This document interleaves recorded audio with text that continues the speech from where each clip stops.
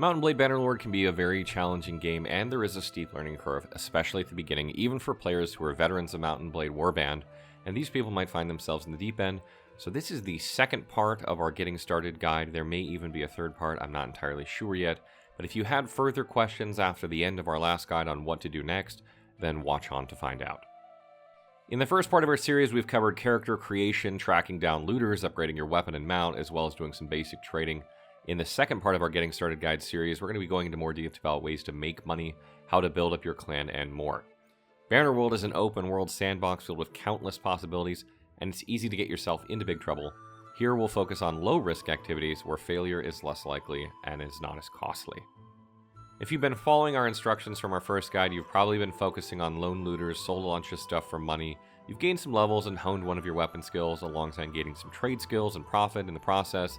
Now you'll want to start forming your army and conquering the world.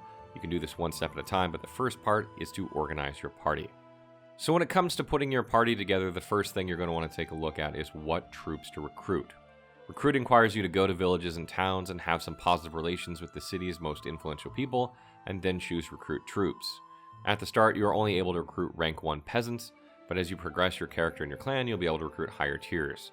Be sure to check out all the upgrade trees on the Bannerlord wiki for great details on all the units, but here's some general advice. Vlandian Recruit. Upgrade these guys to Vlandian Sharpshooters at tier 5. They have superior range with a crossbow, as well as good melee capabilities with one-hand weapons and shields. They're just a good all-around melee ranged hybrid build. Sturgian Recruit. Upgrades to Sturgian Spearmen at T4.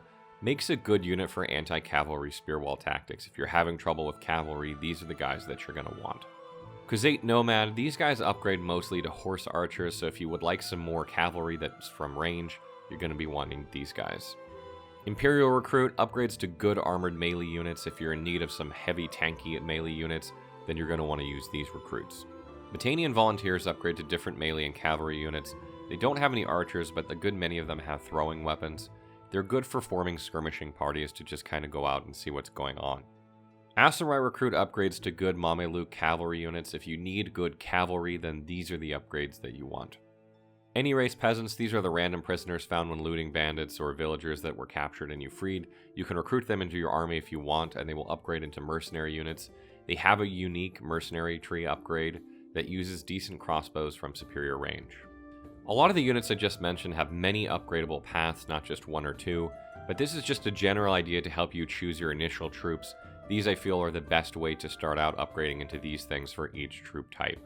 Note that your troops don't necessarily need to match your culture or faction that you plan to join, that you can recruit from any of the factions, so it doesn't matter where you're getting them from, but this is just a general idea. If you're going all the way over to one side of the map and they have different troop types you can recruit, what you should do with these units.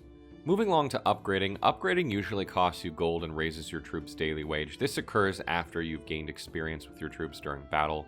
Larger battles obviously afford more experience, but upgrading normal soldiers into cavalry actually requires an extra horse in your inventory, but it can't just be any horse, it has to be the local horse for the troop type. For example, upgrading an Aserai Mameluke soldier melee to an Aserai Mameluke regular cavalry requires a desert horse. These can be bought in Aserai cities or looted from defeating an Aserai army. The next part of forming your party is acquiring companions. Companions are named characters that you can find and recruit in taverns in each major city. They have personalities, traits, and different skill sets. It might not be obvious, but you can check potential companion information before you recruit them by going into the tavern district.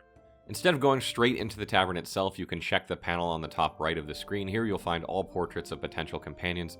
You can right-click on them to show you all their information about their skills, etc., and left-clicking allows you to talk to them and pay the entry fee for you to recruit them.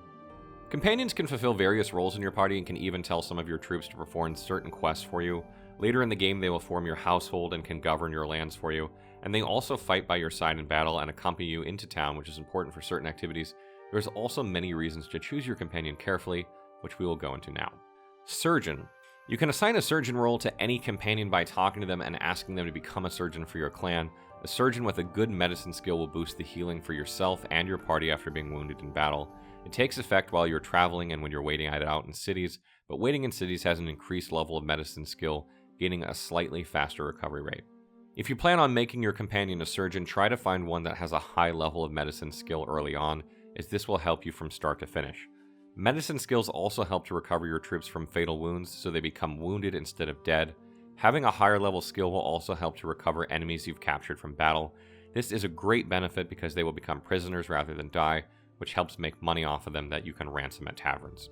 Scout. A scout is a companion who finds tracks of enemies who have passed an area some time ago, being able to spot enemy parties far away, as well as bandit hideouts from a further distance. They can also increase party speed slightly, and assigning a scout with good scouting skills is a nice addition to any party. Quartermaster. The most basic use for the quartermaster is increasing your maximum party size potential if you don't personally invest in the steward skill. A quartermaster with a high steward skill is a must. The bonus to the party size stacks with the bonus from your clan level, which will depend on the renown earned from battles or great feats, building up slowly but steadily. It can end up being a very high number at endgame, so make sure to start leveling yourself or your quartermaster's steward skill from the very beginning of the game. Later on, once you have fiefs and holdings of your own, your quartermaster can be sent to recruit troops from villages and train them for you without you having to do this. Engineer. This is a more advanced role, as engineers help you operate siege weapons during sieges. If you're not very far into the game, then you can skip this role until needed. Merchant. This role is not listed in the menu, but a companion can be assigned to operate your trading caravan once you get it up and running. Caravans can be a great source of income, and assigning a companion with high trade skill will net you a lot more profit per day. That's one of the main sources of income in the game, so choose wisely. Note a companion with a high trade skill can help you buy and sell goods at better prices as well. Fighter. Again, this is a not listed role, which is fairly obvious. If you have filled all party roles and have room for more companions, make sure to get the best fighter that suits your tactics. If you plan on giving him a horse, make sure he has a good riding skill. Match their weapon skills with the weapon you give him or her, and they will be way more effective that way. Finally, make sure to put some equipment in their civilian tab in inventory, as this will help during fights in towns and villages for certain quests. You don't want them fighting with nothing when this happens. And as a final note, remember you can assign yourself a role in the party clan, not just the companions. Next, we're going to be diving into how you sustain your party wages, and if you hover your mouse over the money info on the bottom right panel, you'll see your daily income and expenses. You start with 0 for both, and your expenses keep growing the more you recruit or upgrade troops. Low-level troops are cheap, but they are weak, and you will eventually upgrade them all into powerful warriors or horsemen that consume a lot of dinars per day. So it will become more important to secure a steady income first before building up your army size.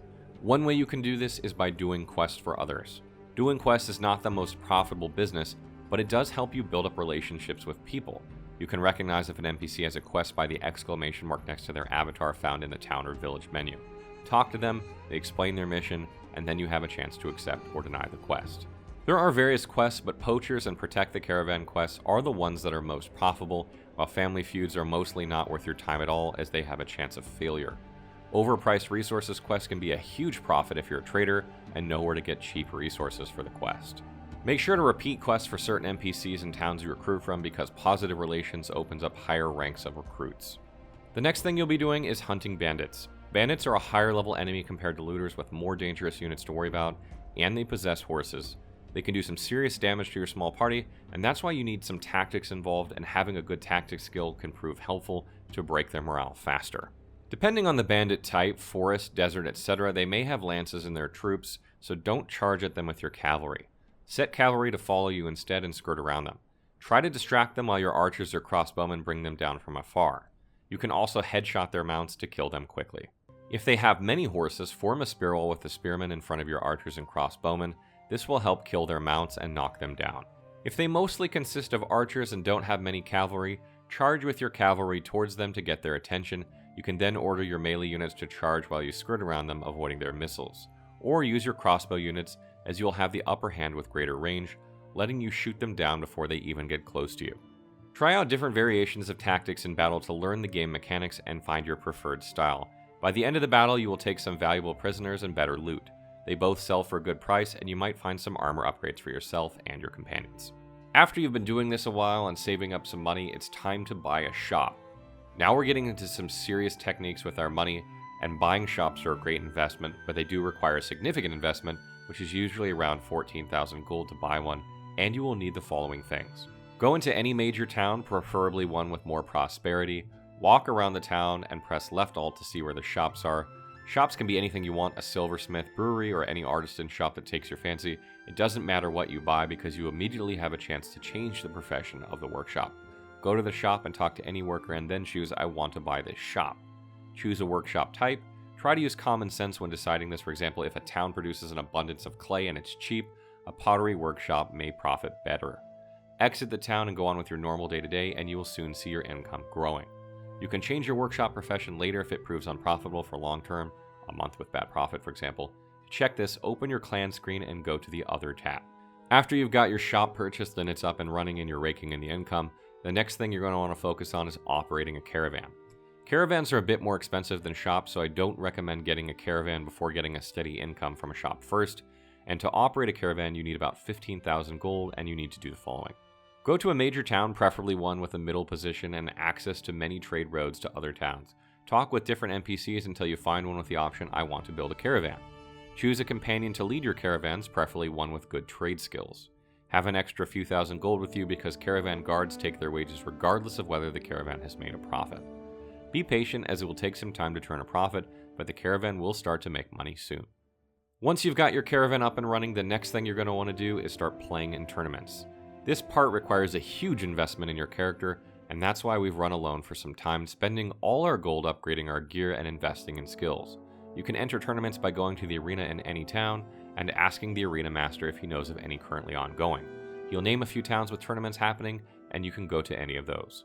Once you're in the city or town that has the tournament, head into the arena and click Join Tournament if there's a tournament active, and then you can begin watching rounds that you're not taking part of in order to evaluate your opponents. If you find an opponent too great of a threat, don't place high bets on yourself in case you lose your money.